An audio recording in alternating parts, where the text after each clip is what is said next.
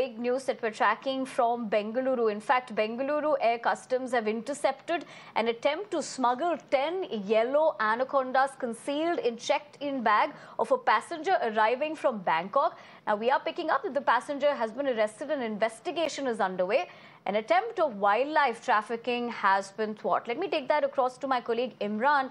Imran, good afternoon. As far as this incident is concerned, what do we know? We're, of course, looking at the visuals of the same on our screens as well. Well, yes, the yellow anacondas are quite in demand in East Asian countries, and especially for its medical and other purposes.